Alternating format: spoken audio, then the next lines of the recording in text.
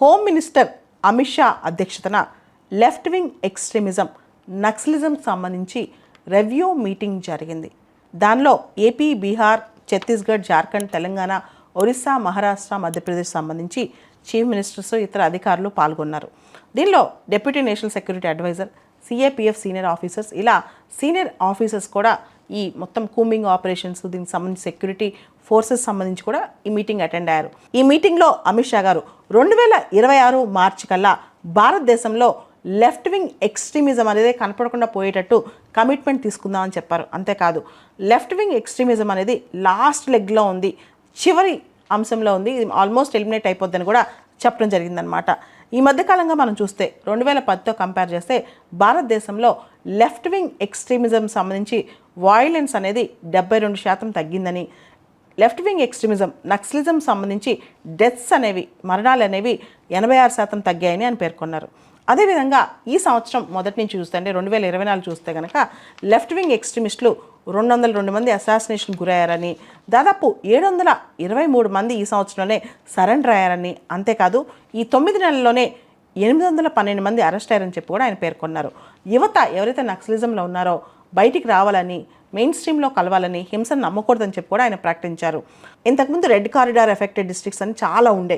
ఇప్పుడు ఆ red corridor affected districts అనేవి 2024 కల్లా భారతదేశంలో అంటే నక్సలిజం ఎఫెక్టెడ్ డిస్ట్రిక్ట్స్ అనేవి 38 జిల్లాలకే పరిమితమైందని కూడా పేర్కొన్నారనమాట.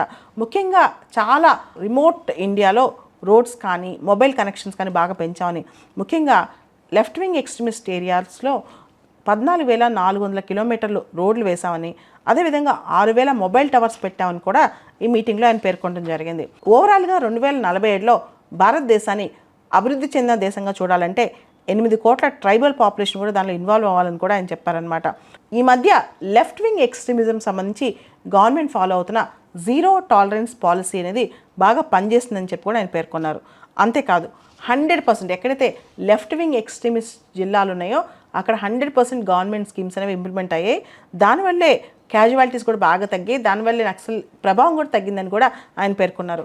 గత 30 సంవత్సరాల కాలంలో మనం చూస్తే లెఫ్ట్ వింగ్ ఎక్స్ట్రీమిజం సంబంధించిన మరణాలు బాగా తగ్గాయని, 2022లో మనం కనుక గమనిస్తే మరణాలు 100 కంటే కూడా తగ్గాయని, అంటే నక్సల్ బారిన పడి మరణించిన వాళ్ళ సంఖ్య తగ్గుతుంది, నక్సల్ వాయిలెన్స్ కూడా తగ్గుతుంది, పూర్తిగా మనం దాన్ని ఎండ్ కూడా చేయొచ్చు అని చెప్పి మార్చి 2026 టార్గెట్ పెట్టుకుని పనిచేయాలని చెప్పి హోమ్ మినిస్టర్ రాష్ట్రాలన్నిటికీ పిలిపించారు. ఇక్కడ మనం ఒకటి గమనించాలి, రీసెంట్గా ఛత్తీస్గఢ్లో నక్సల్ ఎన్కౌంటర్ జరిగింది, లెఫ్ట్ వింగ్ ఎక్స్ట్రీమిజం ఎన్కౌంటర్ జరిగింది. దాదాపు 31 మంది ఎక్స్ట్రీమిస్టులు ఈ ఎన్కౌంటర్లో చనిపోయారు. కథనాల ప్రకారం 85% ఇంకా నక్సలిజం అనేది భారతదేశంలో ఉన్న నక్సలిజంలో 85% ఛత్తీస్గఢ్లో ఉందంట. ఇంకా ఛత్తీస్గఢ్లో ముఖ్యంగా బస్తర్ ఆ ప్రాంతాల్లో చాలా ఎక్కువగా ఉంది అంటున్నారు. అంతేకాదు ఒరిస్సా సీఎం కూడా స్పెషల్గా తనకి స్పెషల్ సపోర్ట్ కావాలని, ఒరిస్సాలో దాదాపు 10 జిల్లాలు నక్సల్ ఎఫెక్టెడ్ జిల్లాలు ఉన్నాయని చెప్పి ఆయన పేర్కొనడం జరిగింది. అంతేకాదు ఎక్కడైతే అభివృద్ధి ఉంటుందో అక్కడ ఖచ్చితంగా హింస అనేది తగ్గుద్ది అనమాట. అసలు ఈ నక్సలిజం అనే ఐడియాలజీ వెస్ట్ బెంగాల్లో 1967లో నక్సల్బరీ అనే ప్రాంతంలో స్టార్ట్ అయిందనమాట. అక్కడ కాను సన్యాల్, చారు మజుందార్ ఇలాంటి వాళ్ళు ఒక ఉద్యమంగా ఈ ఐడియాలజీని తీసుకొచ్చారు. తర్వాత భారతదేశం మొత్తం ఇది స్ప్రెడ్ అయింది.